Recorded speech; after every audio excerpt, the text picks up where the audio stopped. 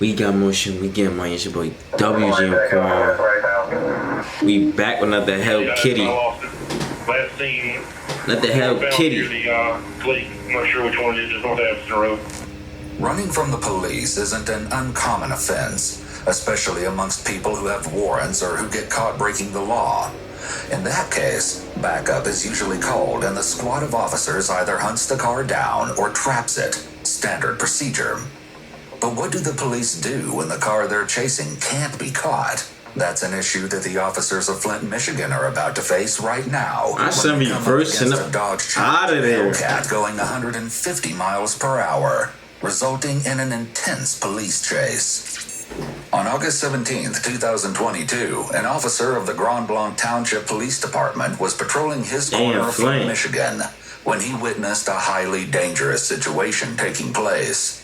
In the dark of night, two vehicles were speeding down Interstate 475 at over 100 miles per hour. From the way the two cars were accelerating, it seems like they were allegedly racing. The officer turned on his lights and siren and attempted to apprehend and stop the vehicles. One of the cars, a Dodge Challenger Hellcat, surely knew he could easily outrun the officer. So, he did just that. Seeing the approaching police vehicle, the driver took off at astonishing speed. Once the police cruiser was out of sight, the driver thought he and his car had accomplished an easy getaway. The Hellcat continued to cruise the streets. I gotta see, like, the officer wasn't his is main he really concern. getting up out of there? His biggest problem was actually up in the air above him. The Challenger took off on me, going at least 130. He got a helicopter on him. It quickly became apparent that the Hellcat wouldn't be caught on the ground, so the Grand Blanc Township Police Department made a snap decision. They solicited the help of the Michigan State Police, who dispatched a police helicopter just seconds after receiving the call. I lost it.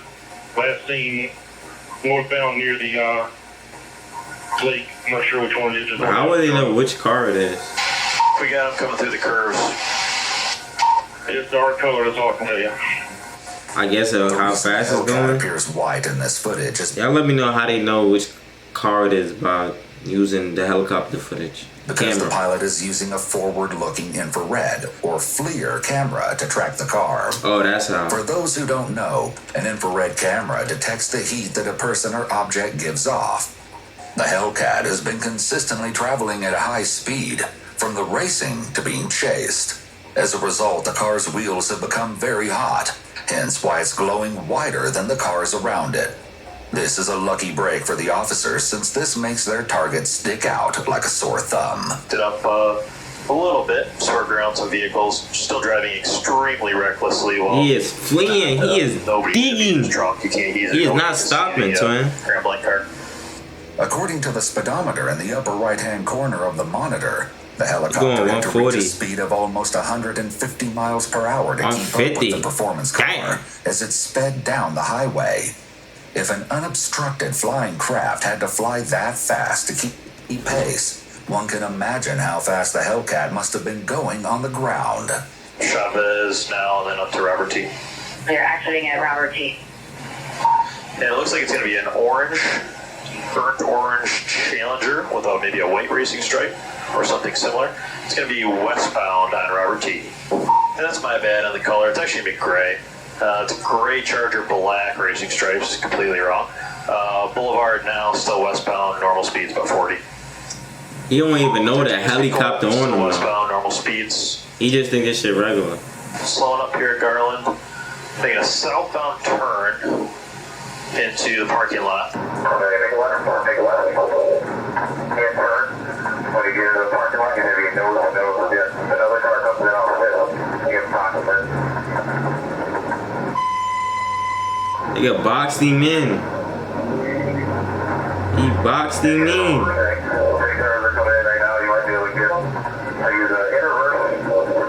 My son reversing up out of there though.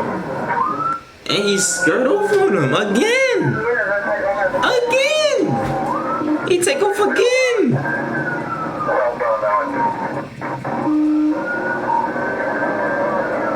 At its fastest point, the police cruiser was recorded going 71 miles per hour after the Hellcat. Even at that considerably high rate of speed, the Challenger was still going at least twice as fast as it sped out of Twice is sight. crazy. Twice as fast is crazy. Pretty light. Looks like you're opposite tires. You're going up rubber. Slowing down considerably. Yeah, lost a tire at Bradley, southbound Bradley. We could see Going too fast, bro. Copy, stop on Bradley, lost the tire. Judging by the homes and narrow streets, it appears that the Challenger has entered a suburb.